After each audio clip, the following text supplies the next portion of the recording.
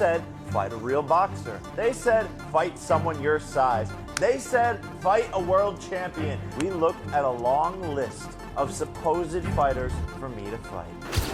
Yeah. Good. Right hand. Good. Right hand. Good. Right hand. That's the shot. See? If he comes in there, that's it over. You see what I mean? You don't have to do that or come out. Just boom, drop the chin. Good. Left hook high now and then just roll my right hook. Good. Too low. He was that, oh, this happened, that happened. So it's the name of my career is criticizing me and then making excuses after I do the impossible or no way. With just 4 weeks remaining before Jake Paul and Anthony Joshua step into the ring, both fighters are training with complete seriousness and intensity. Jake is seen pushing his limits through brutal conditioning sessions, heavy sparring rounds, and a strict training regimen that shows he views this matchup as the toughest test of his life. On the other side, Joshua appears razor-sharp, powerful combinations, disciplined footwork, and a level of focus that proves he is not underestimating Jake in the slightest. Their preparations highlight pure commitment, professionalism, and the mentality of two men gearing up for a high-stakes showdown. That's good. Don't look for nothing. Now step around him. Upper body. Keep a rhythm now. Keep a rhythm. Don't wait on him. Now you're waiting on him. As the fight draws closer, the boxing world is overflowing with predictions, warnings, and opinions.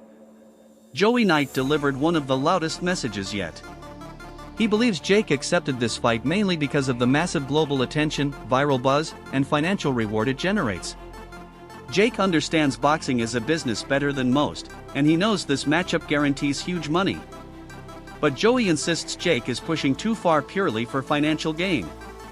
He emphasizes that stepping in the ring with a fighter as physically frightening and experienced as Anthony Joshua is not the same as Jake's past matchups. Joshua is a genuine heavyweight force, someone whose punches can alter a career in seconds. Joey warns that if Jake gets seriously hurt, all the money, fame, and views won't matter in the end.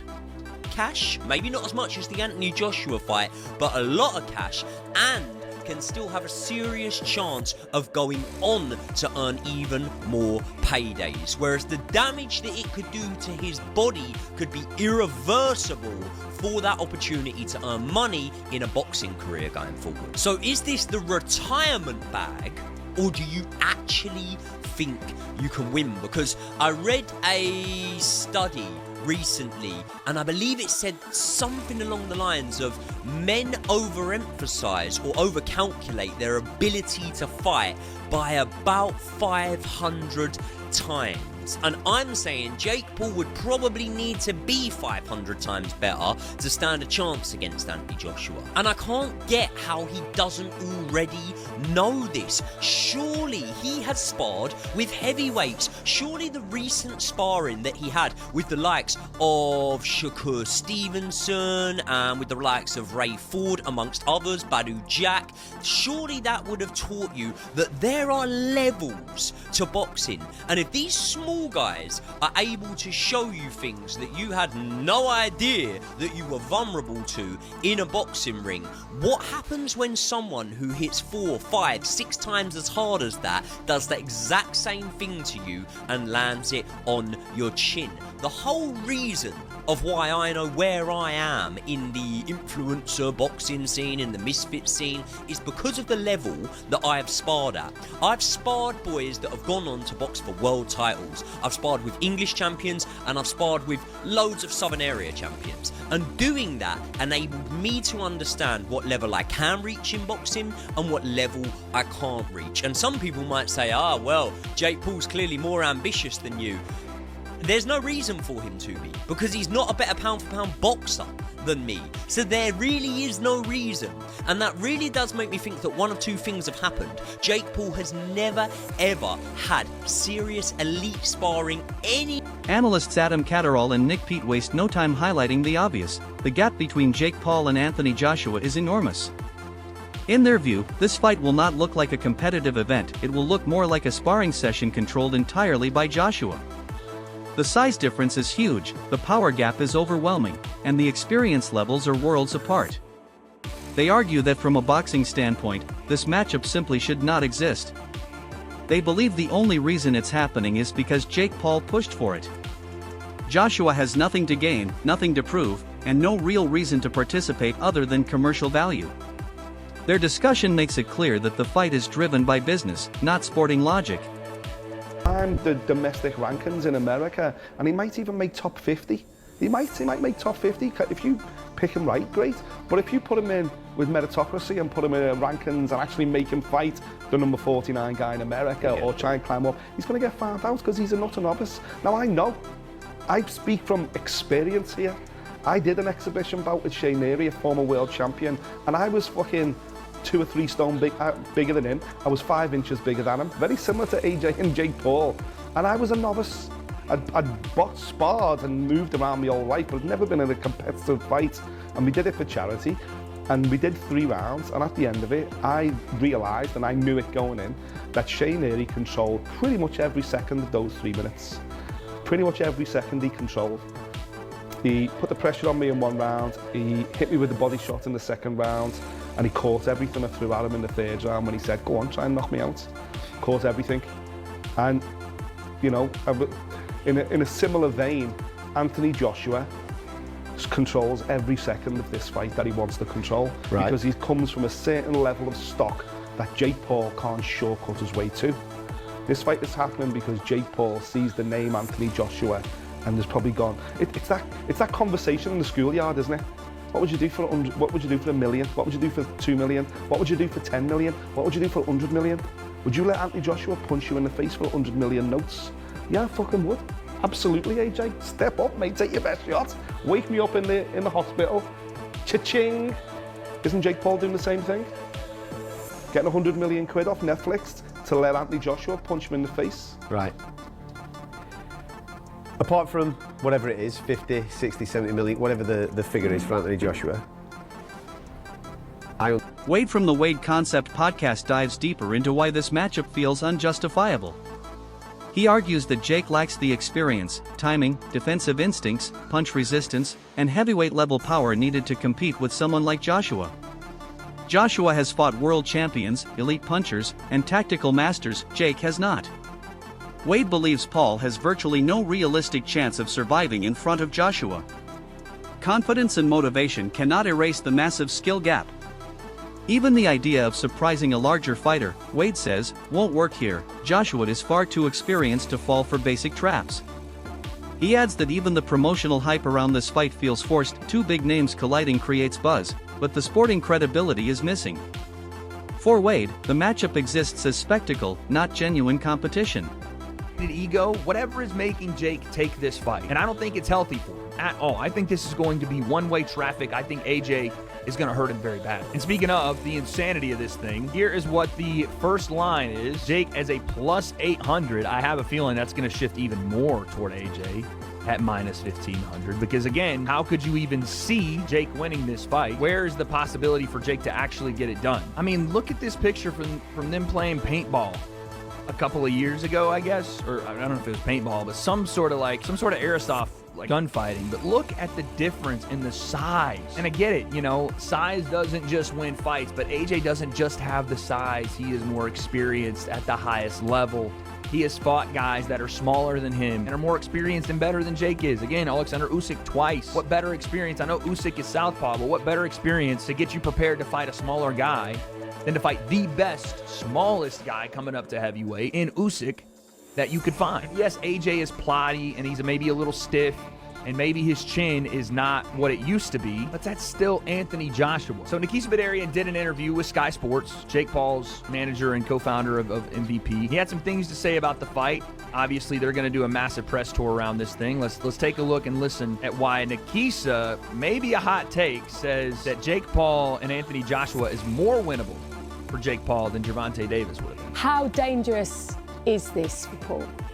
This is a more dangerous fight than Gervonta Tank Davis, but it's a more winnable fight than Gervonta Tank Davis.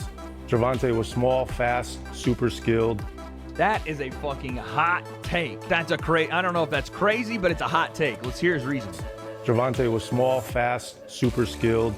Joshua is big, heavy puncher, but not as evasive. So I think if Jake has the right game plan, he has a pretty good shot of winning this fight. That's crazy. Now, first off, a winnable fight with Gervonta Davis. It was an exhibition, so, wins and losses, we weren't really going to be able to count there. But saying that it is a risky but more winnable fight, it's so hard to get on board with even the thought of Jake winning this. Like, there's only really, I think, one, maybe two avenues where Jake possibly can in some way win it. But when Nikisa says it's a more dangerous but also more winnable, the only thing my mind jumps to is Jake is going to have to stand in front of Anthony Joshua, a literal destroyer at heavyweight, a literal one punch, send you to the hospital, potentially end your career puncher at heavyweight, and take the risk of eating that punch just to land a punch that potentially could knock AJ out. That is why the risk and reward factor, I have to think, Nikisa. Professional boxer Lawrence Oakley brings a slightly different perspective. He admits that Joshua is not always a first-round knockout hunter. Joshua often fights with a calculated, measured style, analyzing opponents before unleashing full power. Because of this, Oakley says the tempo of the fight will depend on Jake's ability to survive early exchanges. However, he makes one thing clear: even if Joshua does not start aggressively, the mismatch remains severe. Jake would have to slow the pace, absorb shots he has never felt before, and endure pressure far beyond his experience level. Oakley sees almost no route for Paul to succeed unless Joshua chooses to hold back, and even then, the natural size and ability differences are overwhelming. That's one I'm very difficult to know.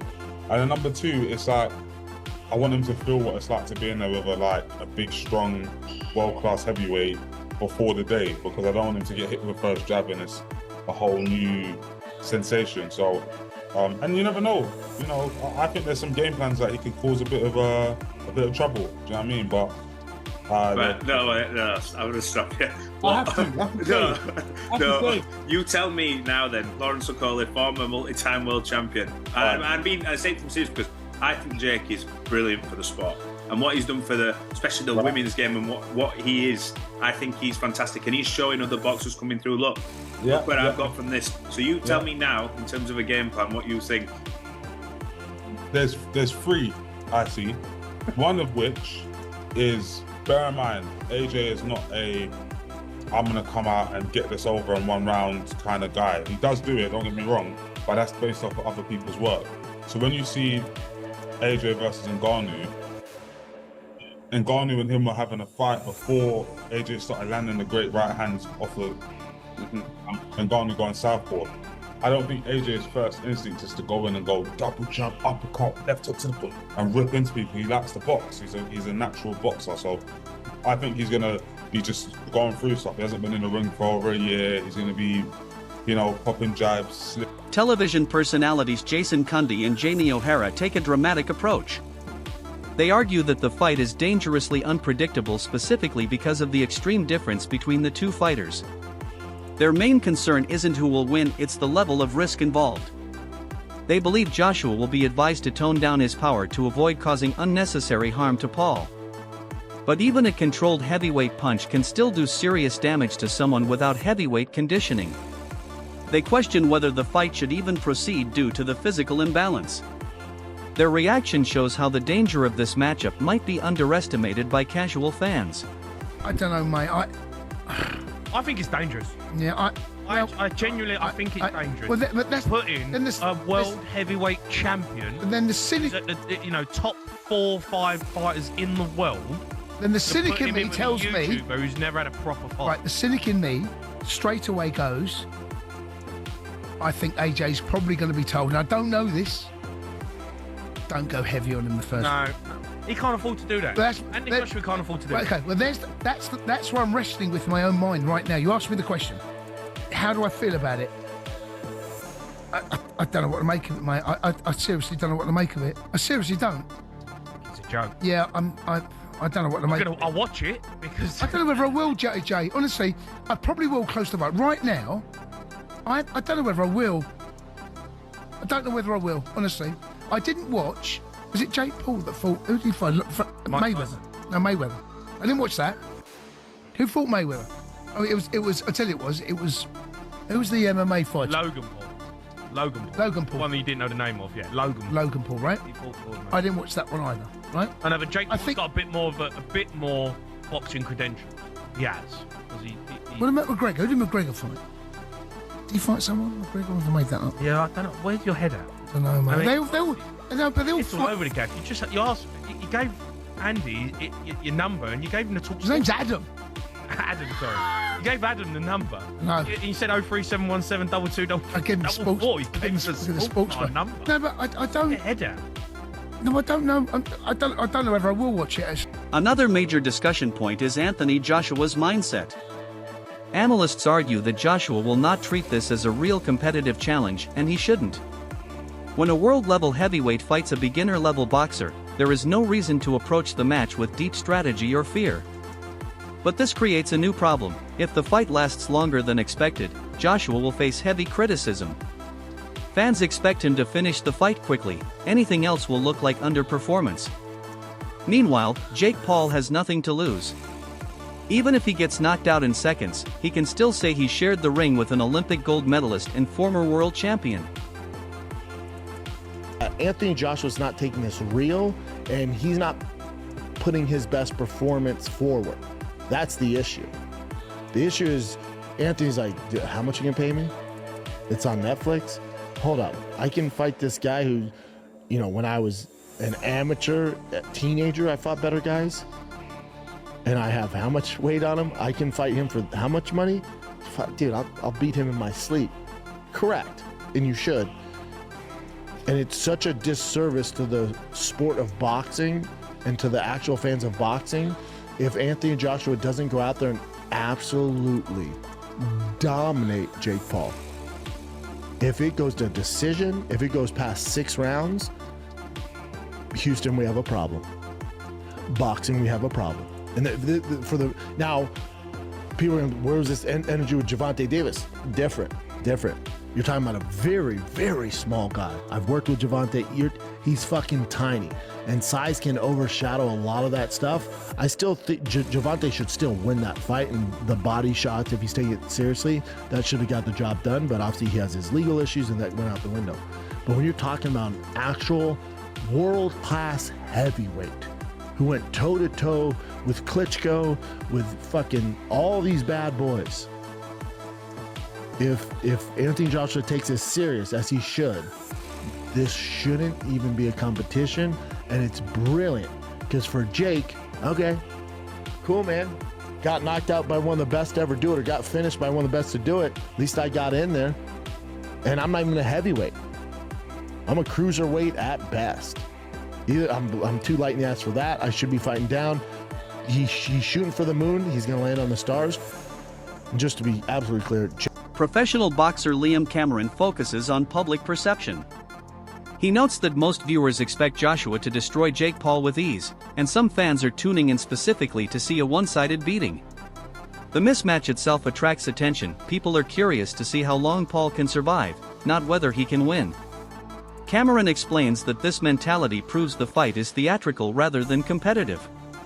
The audience is watching for spectacle, shock value, and entertainment, not for fair sporting balance.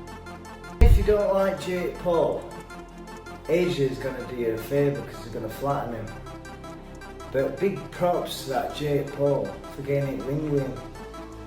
Listen to this, he's a multi-millionaire. Multi-millionaire. Don't have to box. And he's fighting him. He's either a madman or he knows something we don't know. But people like saying, oh, I won't take this Jake Paul fight. Listen, every boxer on the planet would fight Jake Paul. But money. I'd fight Anthony Joshua for money. We'll get flattened, but fight him. So yeah, I think people sometimes have to watch what they say and think about it. If I were gonna... That wraps up today's video. Stay tuned for more updates. Until next time.